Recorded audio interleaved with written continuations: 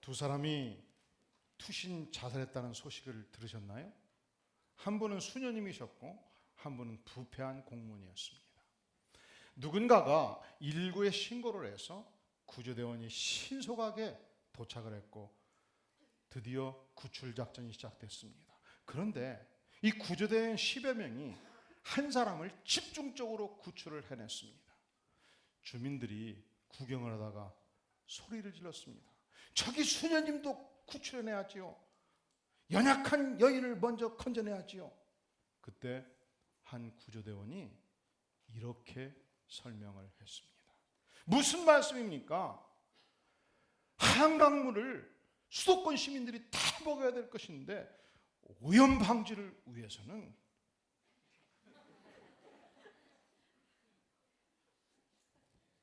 무슨 말인지 아시겠어요? 제가 우화를 말씀드린 거예요. 여러분, 국가를 이끌어가는 지도자가 아주 중요해요. 여러분, 기업에서는요, 기업을 이끌어가는 총수가 아주 중요해요. 정치, 경제, 사회, 문화, 종교 모든 영역에서 지도력이 핵심입니다. 어떤 지도력을 가지고 지도하느냐, 국가가 흥하고 망하고, 기업이 흥하고 망하고, 종교가 흥하고 망하고, 사회가 흥하고 망할 수 있습니다. 우리 교회에서 사역을 했던 오대희 목사님이 최근 신문에 한 기고를 했더라고요. 그래서 제가 굉장히 유심하게 읽어봤어요. 내용이 이렇습니다. 본인이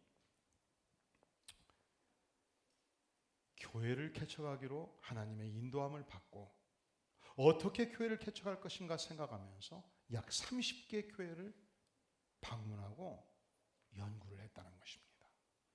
그런데 이상하게 부모로부터 지원을 받고 시작한 친구 망하고, 교회로부터 지원을 받고 시작한 친구도 망하고,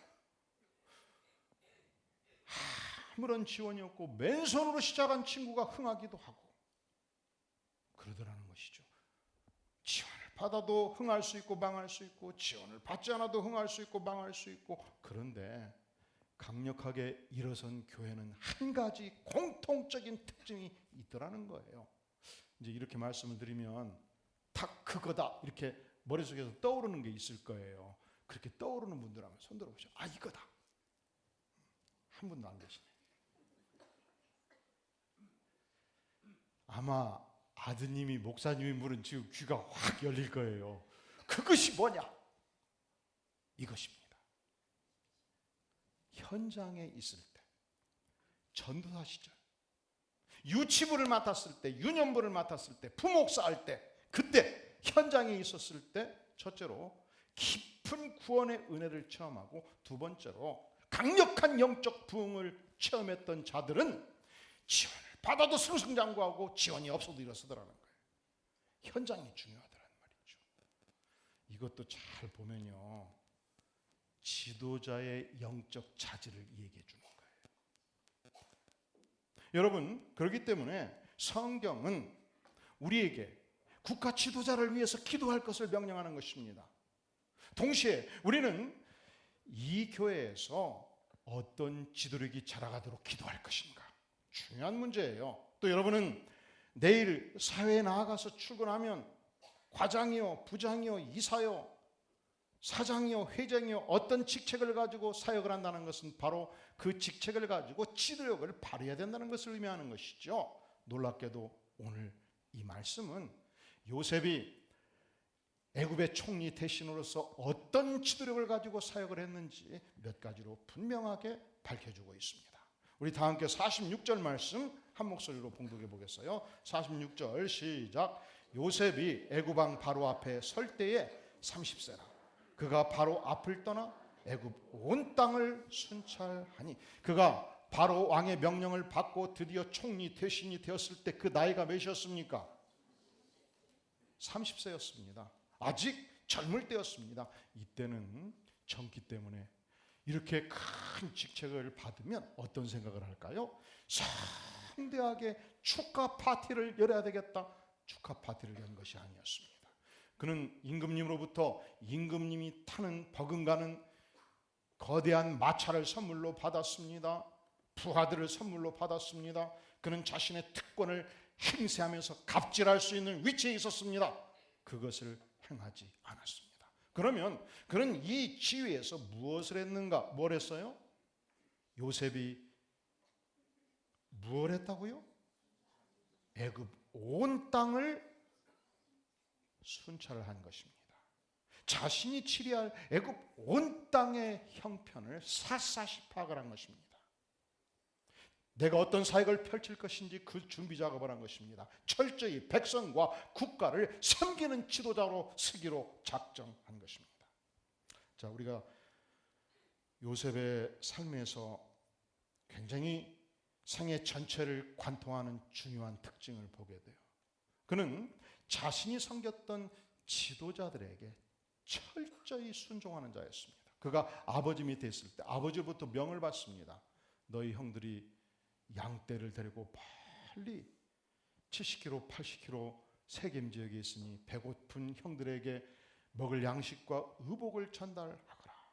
그가 헤브론 산지를 떠나서 세겜 지역을 갔습니다. 찾고 찾아도 찾을 수가 없었습니다. 묻고 물었습니다. 형들이 도단에 있다는 사실을 알고 거기까지 가서 아버지의 명한 모든 음식과 의복을 그대로 전달을 했습니다.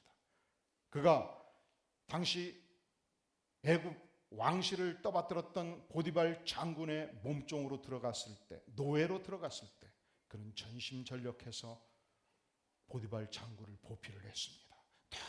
너무 출중하게 보필을 하니까 보디발 장군이 가정사의 모든 일, 가정기업 전체를 맡겼고 전권을 허락해 주었습니다. 모함을 받고 감옥에 갇혔을 때, 죄수의 몸이었을 때 간수장이요, 죄수의 몸인 요셉에게 이 교도소의 모든 업무를 위임하기 시작합니다. 자, 보세요. 39장 22절에서 보면 간수장이 옥중제수를 다 요셉의 손에 맡겼지요. 재반 사물을 요셉이 처리했지요. 간수장은 그 손에 맡긴 것을 무엇이든지 살펴봤습니까? 살펴보지 않았습니까? 살펴보질 않았어요. 동시에 바로 왕은 애굽에게, 요셉에게 애굽 국가의 모든 업무를, 전권을 가지고 위임을 한 것입니다. 자, 여러분, 내일 여러분이 출근하시면 여러분 중에는 사장님이 계실 거예요. 여러분이 사장으로서 일을 할 때 전권을 위임할 만큼 100% 여러분의 사상, 여러분의 플랜, 여러분의 생각을 이해하고 맡길 수 있는 한 사람의 직원이 있나요? 어렵죠. 여러분이 아버지십니까? 아버지로서 사업을 일굽니까? 장성한 아들에게 오늘 이 기업을 네가 이끌어라고 할 때 아버지의 사상, 아버지의 뜻, 아버지의 비전을 온전히 알고 수행할 수 있는 아들 기대하십니까? 쉽지가 않죠. 그런데 요셉은 그가 어디에 있든지, 아버지 밑에 있든지, 시위대장 보디발 장군 밑에 있든지, 감옥의 간수장 밑에 있든지, 바로왕 밑에 있든지, 어느 곳에 있든지 자기와 함께하는 상관의 뜻을 100% 이해했고 실천했고 실행을 했던 인물입니다. 어떻게 이것이 가능한가? 보통 사람은요, 어떤 직책을 맡으면 이 일을 통해서 나에게 어떤 유익이 올까? 유익이 있으면 충성해요. 유익이 없으면 딱 눈을 감아요. 보통 사람은요, 어떤 직책이 주어지면 내 뜻을 펼칠 수 있을까? 내 명예를 나타낼 수 있을까? 내 의지를 펼칠 수 있을까? 내 이익이 있는가? 그러면 움직여요. 없으면요, 조용히 사라져요. 이것이 보통 사람들의 행동입니다. 요셉은 그렇게 하지 않았습니다. 요셉은 이것이 내 인생의 이익인가를 묻지 않았습니까? 요셉은 이 일이 하나님으로부터 온 일인가를 물었습니다. 그래서 요셉은 이 일이 하나님으로부터 왔다는 것을 알았을 때 마치 하나님께 충성하듯이 상관의 뜻을 받들었고 상관에게 충성을 다한 것입니다. 사심없이 충성을 한 것입니다. 이것은 마치 예수 그리스도께서 이 땅에서 살았던 삶과 유사합니다. 우리 주님께서는 이 땅에 오셨을 때 아버지 하나님의 뜻을 100% 실현하는 것이 목적이라 말씀하셨습니다. 온 인류의 죄악을 안고 대신 십자가에 피 흘려 돌아가실 때 첫날 밤 간절히 땀방울이 핏방울이 되도록 기도하셨습니다. 기도의 제목이 무엇이었나요? 아버지의 뜻대로 하옵소서. 나의 뜻대로 마옵시고 아버지의 뜻대로 하옵소서. 여러분, 이 교회가 평화로운 교회가 되기 위해서, 이 교회가 발전하는 교회가 되기 위해서 무엇이 필요할까요? 하나님의 말씀에 전적으로 순종하는 것입니다. 사랑하는 성도 여러분, 사소한 내 개인의 명예나 이익인의 뜻에 목숨 걸지 마세요. 그러면 교회가 발전할 수 없는 거예요. 하나님의 명백한 뜻 앞에 순종하는 요셉의 축복을 누리기를 주의 이름으로 축원합니다. 우리가 4년 전 이 교회를 열었을 때 죽전에서 100명의 성도가 이쪽으로 왔습니다. 그때에 30명이 성가대원이었어요. 그러니까 성가대원이 지금같이 위로 올라가 버리면 그냥 본당이 훤히 비는 거예요. 그래서 이 자리에 앉으시면 좋겠습니다 할 때 성가대원들이 같이 앉아서 찬양을 했어요. 그런데 이제 교회가 2년 전 이렇게 자라니까 1년 전 성가대가 성가대 좌석으로 들어가니까 더 넓어진 거예요. 그리고 오늘에 와서 이제 성도들이 많이 차니까 성가대원이 나왔다 들어갔다니까 시간 타임 로스가 심하잖아요. 그래서 마이크 시설을 장착하고 이제 성가대 위치에서 찬양을 쫙 부르니까 시간도 절약되고 은혜로운 찬양이 들리니까 할렐루야, 얼마나 감사합니까? 할렐루야? 할렐루야! 여러분, 하나님께서 우리를 인도하실 때 모든 주일학교 우리 선생님들은 한 팀이 되어서 주님을 전적으로 섬기는 축복을 누릴 수 있기를 바랍니다. 이 교회의 모든 팀들은 팀장의 지휘 아래 일사불란하게 한 팀이 되어서 주님을 섬기는 축복을 누릴 수 있기를 주의 이름으로 축원합니다. 그러니까 세상도 말 많으면 배가 어디로 간다고 그래요? 배는 어디로 가야 돼? 근데 말 많으면 배가 어디로 가요? 근데 순종이 깊으면 배가 순항하는 축복을 누리게 되는 것입니다. 미국의 LA 지역에서 아버지 학교 팀이 결성이 되었습니다. 그런데 세월이 일전에서 기술력이 약하고 팀워크가 잘 안 되니까 서울에 있는 아버지 학교 팀에게 지원을 요청을 했습니다. 그래서 서울의 아버지 학교 팀이 10명이 자원봉사로 자기 돈으로 이제 비행기 표를 구해가지고 드디어 LA에 당도를 하게 된 것입니다. 이제 내일이면 아버지 학교가 진행이 돼야 될 것인데 전날 오후에 이제 아버지 학교 팀들이 모였습니다. 그런데 LA 지역 아버지 학교 팀들은 모여가지고 계속 회의를 하는 거예요. 근데 그냥 감론을박 결론이 안 나는 거예요. 그때 서울에 온 아버지 학교 팀장이 서울 지역의 10명의 팀들을 모았습니다. 우리는 일을 시작하겠습니다. 우선 현수막을 붙여야 될 것인데 뒷벽에 한번 붙이시죠. 그랬더니 10명의 아버지 학교 팀원들이 사다리를 2개, 3개 놓고서 땀을 뻘뻘 흘리면서 1시간 동안 붙인 거예요. 그랬더니 아버지 학교 LA 서울의 팀장이 이렇게 보고 저렇게 보더니 아이고 위치가 아무래도 성가대 뒷벽에 붙이는 게 좋을 것 같아요. 그랬더니 그냥 한 사람도 다른 얘기를 안 하고 10명이 다시 모여가지고 사다리를 옮기고서 열심히 땀을 흘리면서 100% 그 일을 하는 거예요. 회의를 하다가 갑자기 침묵이 흘렀습니다. LA 아버지 학교 팀원들이 모든 일을 놓고 그 일을 구경하면서 참 대단한 사람들이다. 1시간 동안 붙였습니다. 그러면 지금 몇 시간 붙인 거예요? 그랬더니 또 팀장이 이렇게 보고 저렇게 보더니 아무래도 앞에 붙여야 전원이 다 볼 수 있을 것 같다. 앞으로 붙이죠. 그랬더니 그 중에서 한두 명은 그러면 구시랑구시랑 좀 해야 되잖아요. 그 말이 맞다고 또 그냥 사다리를 대고서 전체가 또 매달려서 다 붙인 거예요. 몇 시간 걸렸어요? 그리고서 손에 손을 붙잡고 3시간을 기도를 하기 시작을 했습니다.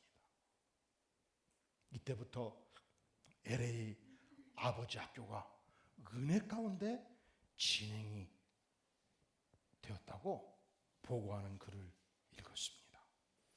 여러분, 언제든지 순종이 축복이에요. 여러분이 내일 출근하시면 물으세요. 하나님, 저 상관을 나에게 주셨습니까? 그분이 불교를 신봉하든 그분이 기독교를 신봉하든 그분이 하나님을 모르든 관계없이 물어보세요. 그때 하나님이 그렇다 말씀하시면 전적으로 순종하는 축복을 누릴 수 있기를 간절히 바랍니다. 순종이 축복이에요.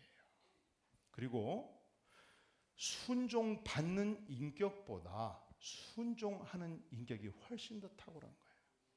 할렐루야. 한번 같이 따라해 볼까요? 순종은 지상 최대의 축복입니다. 섬김은 지상 최대의 축복입니다. 그래서 우리가 직장을 가나 교회를 가나 사회를 가나 하나님께서 세운 지도력 아래 순종함으로 위대한 인격, 요셉의 인격을 함양할 수 있기를 주의 이름으로 축원합니다. 요셉은 17살의 노예가 됐어요. 나이 30에 이 지중해 안에서 가장 강력한 국가의 총리 대신했어요.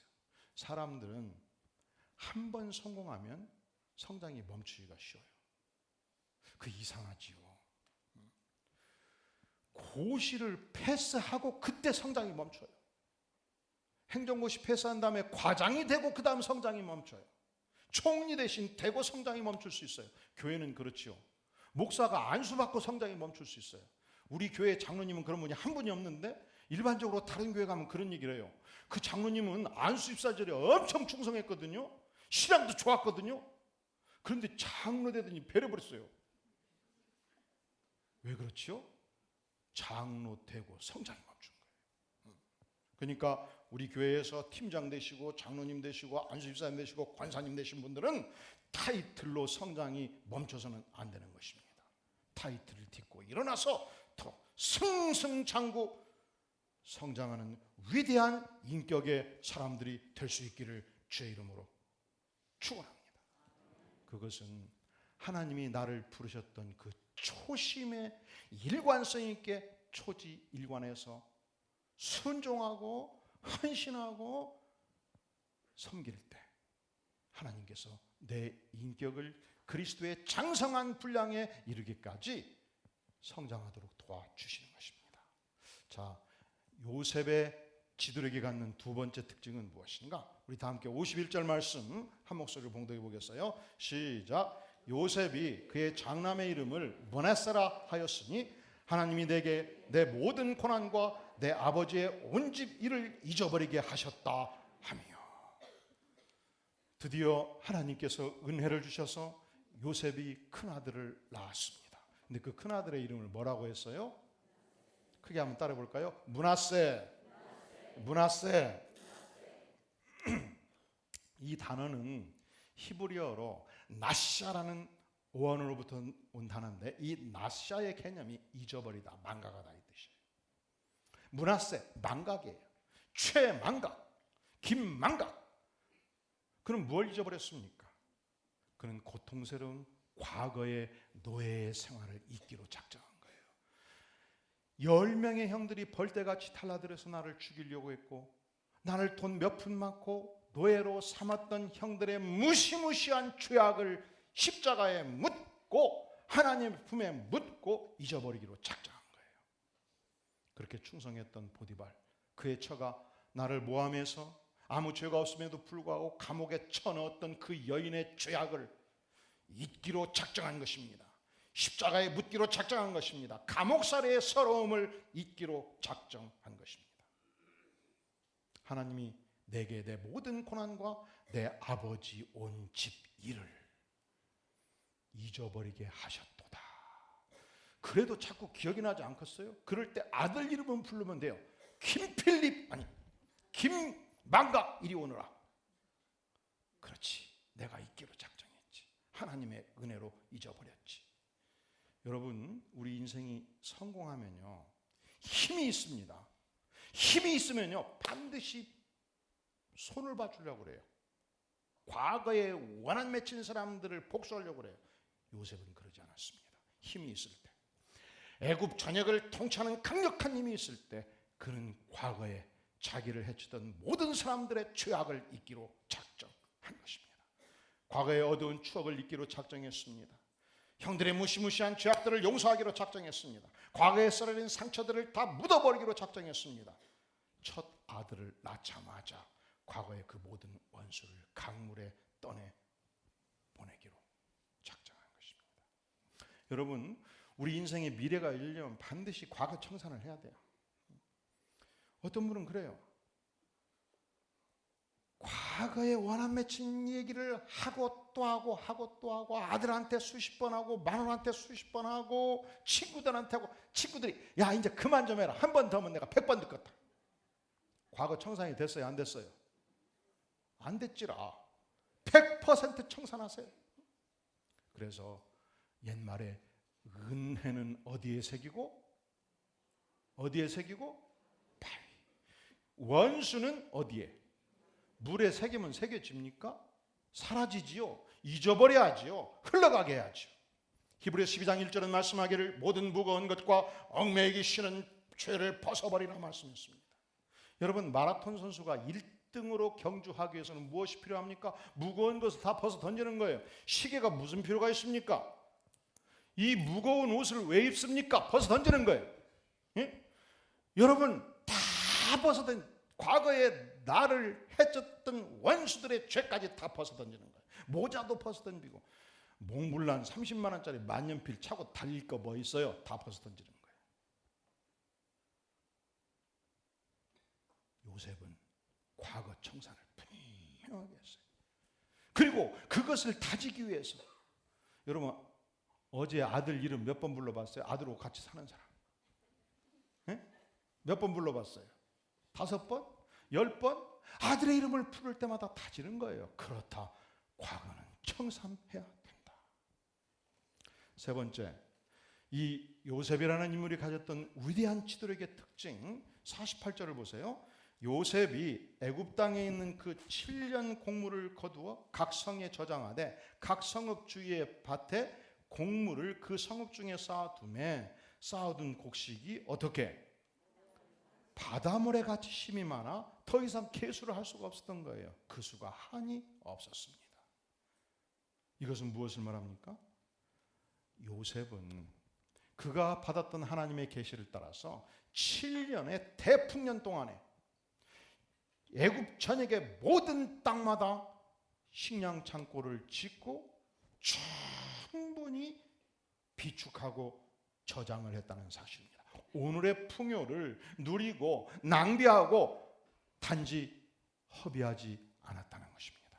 그리하여 그 다음 7년의 엄청난 흉년이 올 때에 애굽의 모든 백성뿐만 아니라 팔레스타인 백성까지 지중해 안의 모든 백성들을 향해서 식량을 공급하는 식량 창고의 역할을 하게 된 것입니다.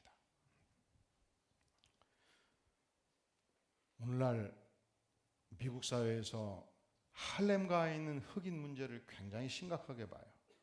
무엇이 문제인가? 그들은 오늘 벌어서 오늘 먹고 끝나요. 그래서 그 지역에서는 월급을 못 줍니다. 월급을 주면요, 닷새 일하고 안 나와요. 한 달 봉급을 닷새 동안에 다 쓰고 끝나버리니까 차비가 없는 거예요. 주급을 줘요. 주급도 금요일 날 주면 월요일 날 출근을 못 해요. 이틀간 다 써버리니까. 그래서 1급을 주기 시작합니다. 미래가 없는 삶의 특징이지요.